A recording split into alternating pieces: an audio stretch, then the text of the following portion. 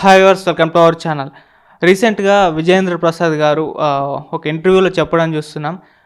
ఇండస్ట్రీకి పెద్ద చిరంజీవి గారు అవునన్నా కాదన్నా ఆయనే అని విజయేంద్ర ప్రసాద్ గారు ఒక స్టేట్మెంట్ ఇవ్వడం జరిగింది.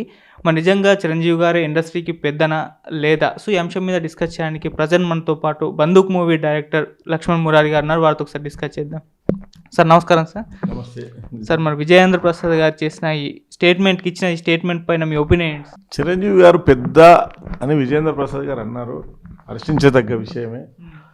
అంటే ఫస్ట్ ఆయన ఏ కులమానంలో అన్నాడో తెలియదు. జనరల్గా పెద్ద అనే కులమానాలు రెండు ఉంటాయి. ఒకటి వయసు రీత్యా పెద్దోడై ఉంటాడు, లేకపోతే అనుభవ రీత్యా పెద్దోడై ఉంటాడు. దెన్ నేను ప్రజెంట్ యాక్టర్స్ తీసుకుంటే చిరంజీవి గారి జనరేషన్లో వచ్చిన ఆర్టిస్ట్లో చిరంజీవి గారే పెద్ద. ఫస్ట్ చిరంజీవి గారితో సమానంగా వచ్చిన ఆర్టిస్టులు మేబీ కృష్ణంరాజు గారు, శోభన్ బాబు గారు, కృష్ణ అంటే చిరంజీవి కూడా థర్డ్ జనరేషన్. ఫస్ట్ ఎన్టీఆర్ని మనం తీసుకుంటే సెకండ్ జనరేషన్ వచ్చిన కృష్ణంరాజు, కృష్ణ, శోభన్ బాబు గారు, తర్వాత చిరంజీవి. అంటే ఆ జనరేషన్లో అందరూ కాలం చేశారు. సో డెఫినెట్గా చిరంజీవి గారు పెద్దే.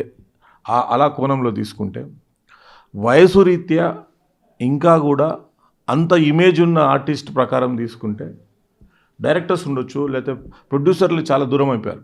ఇప్పుడు ప్రజెంట్ ప్రొడ్యూసర్లు లాస్ట్ 10 yearsకి వెళ్ళి తీసుకుంటే ఏజ్ రీత్యా ఉన్న సీనియర్ ప్రొడ్యూసర్ అంటే వాళ్ళు ఎవరు కూడా లేరు.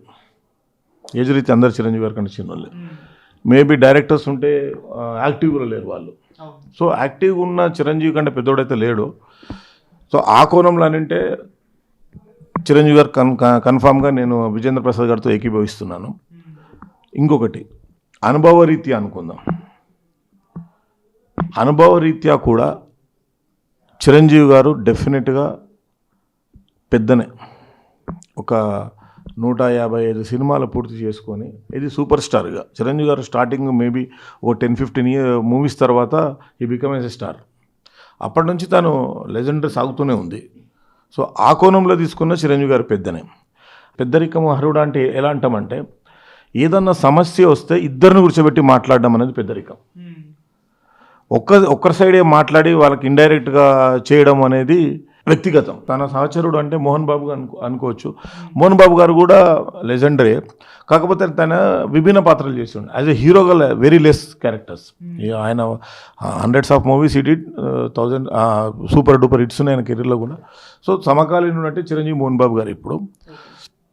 సో మోహన్ బాబు గారు అనగానే ప్రజల్లో తన కోపిష్టి, తన అట్లానే ఒక ఇమేజ్ ఉన్నది. చాలా ఆయన కూడా ఇప్పుడు ఆ ఏజ్కి వచ్చిన తర్వాత ఎవరికి ఉండదు సార్. అదని సార్ ఆరోగ్యంట్ బిహేవియర్ అనేది ఒకటి ఉంది.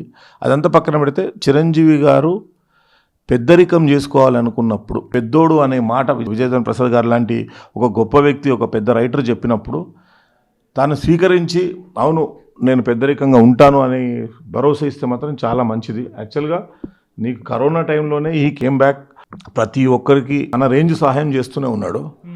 ఆ తర్వాత ఆయన లాస్ట్ 30 years అనుకుంటాను నేను సుమారు చిరంజీవి బ్లడ్ బ్యాంక్ పెట్టినప్పటి నుంచి సోషల్ లైఫ్లో అంటే సోషల్ సమాజానికి ఏదన్నా మనం హెల్ప్ చేయాలనే కోణంలో చిరంజీవి గారు ఆల్వేస్ ఈజ్ దేర్. సో డెఫినెట్గా చిరంజీవి గారే పెద్ద. సార్ ఇది ఆయన యాక్సెప్ట్ చేయరు, కానీ యాక్సెప్ట్ చేయకుండా ఇండస్ట్రీ తరఫున ఎప్పుడు కూడా నిలబడడంలో ముందు ఉంటారు. మీరు అన్నట్టు కరోనా టైంలో అండ్ ఏపీలో చూసుకుంటే టికెట్ రేట్ల ఇష్యూలో ఆయన ముందుండి నడిపిన విధానం అంటే జగన్మోహన్ రెడ్డి లాంటి వ్యక్తికి నమస్కరించి అవసరం లేకున్నా, ఆయనకు అవసరం లేదు కున్న ఇండస్ట్రీ కోసం పెట్టారు అని చెప్పేసి ఇండస్ట్రీ పెద్దలంతా నిలబడడం చూస్తున్నాం. సో ఆయన మరి స్వీకరించే అవకాశం ఉందా? స్వీకరించుకున్న ఆయన ఇండస్ట్రీ తరఫున ఈ విధంగా ఎందుకు నిలబడుతున్నారు? అదే చెప్తున్నాను, పెద్దరికం అంటే నేను అదే ఎందుకు చిరంజీవి గారు నిలబడి పోరాడితే రిప్రజెంటేషన్ స్ట్రాంగ్ ఉంటుంది. ఇప్పుడు ఒక మామూలు వ్యక్తి ఒక సీఎం గారి దగ్గరికి వెళ్ళడం, ఒక మామూలు వ్యక్తి ఒక పీఎం గారి దగ్గరికి వెళ్ళడం, మామూలు వ్యక్తి లేకపోతే ఒక చిన్న ప్రొడ్యూసరు ఎలక్షన్లో గెలిచిన వాడు పోయి నిలబడి అక్కడ చేసే దానికంటే ఒక respectable person from the Telugu film industry పోతే రిప్రజెంటేషన్ స్ట్రాంగ్ ఉంటుంది. సో తను అడిగేదానికి స్ట్రాంగ్ ఉంటుంది. ఒక 10 మందిని తీసుకెళ్ళినా కూడా స్ట్రాంగ్ ఉంటుంది. డెఫినెట్గా చిరంజీవి గారు రావాలి కమ్ ఫార్వర్డ్. అంటే తను రిటైర్ లైఫ్ ఒకవేళ ఆయన చివరి వరకు ఆర్టిస్ట్గానే ఉంటారు.